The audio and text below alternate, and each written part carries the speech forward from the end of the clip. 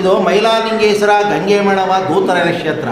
ಈ ಕ್ಷೇತ್ರ ಪ್ರತಿ ಭಾನುವಾರ ಅಮಾವಾಸ್ಯೆ ಹುಣ್ಣಿಮೆ ನಡೀತಾರೆ. ಮೊದಲನೇದು ಮೈಲಾಲಿಂಗೇಶ್ವರ ಉತ್ಸವ ಇರುತ್ತೆ. ಆ ಉತ್ಸವದಲ್ಲಿ ಯಾರು ಪ್ರಶ್ನೆಗಳನ್ನ ಕೇಳ್ತಾರೋ ಆಗತ್ತೆ ಅಂದರೆ ಎಡದ ಕಡೆ ಕೊಡುತ್ತೆ, ಆಗಲ್ಲ ಅಂದ್ರೆ ಬಲದ ಕಡೆ ಕೊಡುತ್ತೆ.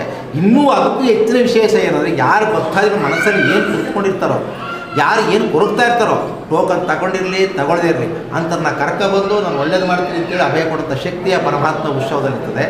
ಎರಡನೆಯದು ಅಮ್ಮನ ಬರವಣಿಗೆ.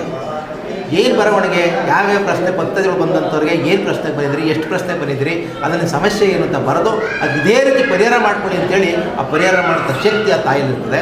ಎಲ್ಲದಕ್ಕೂ ಮೀರಿದತ್ತು ದೂತಪ್ಪ ಇದೆ.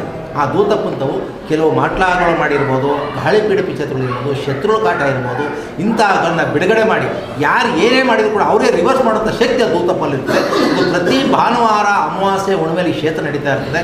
ಬೆಳಗಿನ ಜಾವ ಬೆಳಗ್ಗೆಯಿಂದ ಹಿಡಿದು ಸಾಯಂಕಾಲ 4 ಗಂಟೆಗೆ ಕ್ಷೇತ್ರ ನಡೀತಾ ಇರ್ತದೆ. ಇದರಲ್ಲಿ ಭಕ್ತಾದಿಗಳು ಕೆಲವಾರು ಎಲ್ಲ ರೀತಿ ಒಳ್ಳೆಯದಾಗಿರೋದು, ಕೋರ್ಟು ಕೇಸು, ಮಕ್ಕಳ ಪಾಲದಲ್ಲಾಗಿರ್ಬೋದು, ರಾಜಕೀಯವಾಗಿರ್ಬೋದು, ಅಥವಾ ಶತ್ರುಗಳ ಕಾಟದಿಂದ ಆಗಿರ್ಬೋದು, ಮಾಡದಿಂದ ನರಳುತ್ತಾ ಇರುವಂಥ ವ್ಯಕ್ತಿಗಳಾಗಿರ್ಬೋದು, ಅಥವಾ ಮದುವೆನೇ ಆಗದಿರೋಂಥ ಜನಗಳಾಗಿರ್ಬೋದು.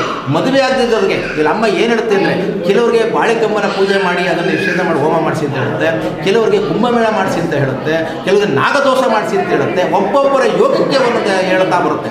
ಆ ರೀತಿ ಮಾಡಿಕೊಂಡವರು ಹಲವಾರಿದ್ದಾರೆ. ಹಲವಾರು ಪ್ರಶ್ನೆಗಳು ಒಳ್ಳೆಯದಾಗಿದ್ದಾವೆ. ನೂರಾರು ಜನಕ್ಕೆ ಇಲ್ಲಿ ಮದುವೆ ಕಲ್ಯಾಣಗಳಾಗಿದ್ದಾವೆ, ಅಥವಾ ಮಕ್ಕಳ ಸಂತಾನ ಬಗ್ಗೆ ಆಗಿದೆ, ಕೋರ್ಟ್ ಕೇಸಲ್ಲಿ ಅವರುಗಳಾಗಿದ್ದಾವೆ.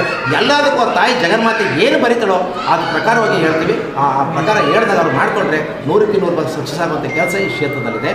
ಇನ್ನೊಂದು ಕೆಲವು ವಿಚಾರಗಳಲ್ಲಿ ಅಥವಾ ಅವ್ರ ಮನೇಲಿ ಕೈ ಹತ್ತಾ ಇಲ್ಲ, ಹಣಕಾಸಿನ ಅಭಿವೃದ್ಧಿ ಇಲ್ಲ, ಮನೇಲಿ ಜಗಳಗಳಾಗ್ತಾ ಇದೆ, ಅಥವಾ ವಾಮಾಚಾರ ಮಾಡಿದ್ದಾರೆ ಅನ್ನೋ ದೃಷ್ಟಿಗಳಿದ್ದಾಗ ಅಮ್ಮ ನಾನೇ ಮನೆಗೆ ಬರ್ತೀನಿ ಅಂತ ಕೂತಾಗ ಬರೀತಾಳೆ.